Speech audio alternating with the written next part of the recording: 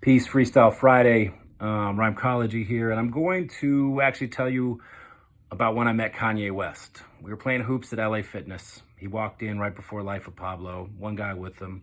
We ended up guarding each other 5-on-5. Good game, back and forth. He was okay. But you know, he was competitive. It worked out cool. But I actually happened to have my book with me that day, just, you know, how things work, synchronicity.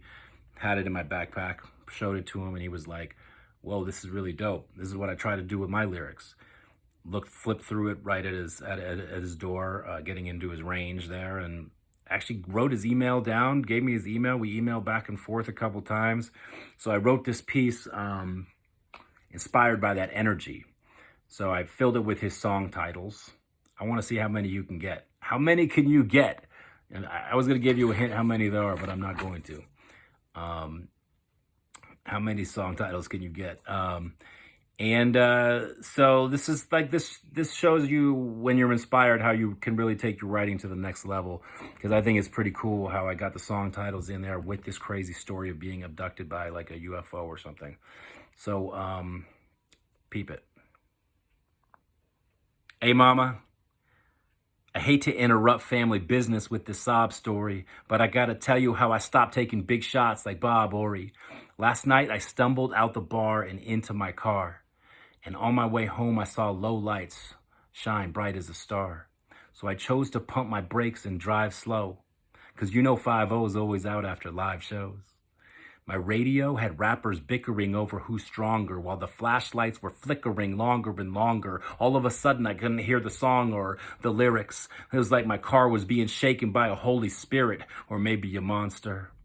Now bear with me, because as crazy as this might seem, it was nothing compared to the ultralight beam that teleported my car up to this spaceship. I was freaking paranoid. The atmosphere started to break shit. High-pitched squeaks and voices. It sounded like feedback. I heard him say, "Send it up." I couldn't believe that. Other entities had sent for me.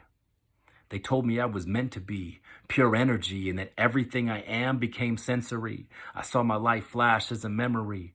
I could have been the writer of the century if it wasn't for the fights or the Hennessy.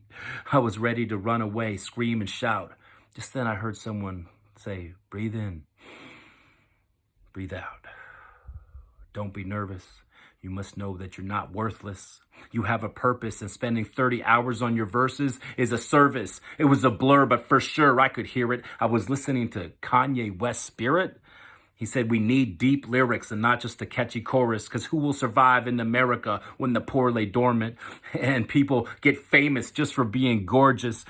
They're the hare, you're the tortoise, and your third eye and guide should be your only sources. I looked down, I looked around, and I found I was above the trees with blood on the leaves, and all I could think about was loving my seeds.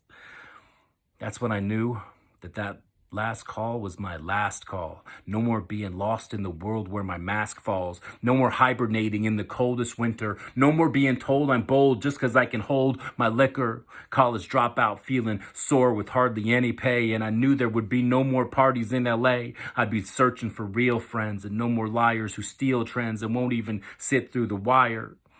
Then I understood. It's not about the glory. It's about the story. I turned to speak to him, but he was gone, and I was dropped on my lawn, looking at the stars, holding a paper that said, "One night I stumbled out the bar and into my car." Freestyle Friday.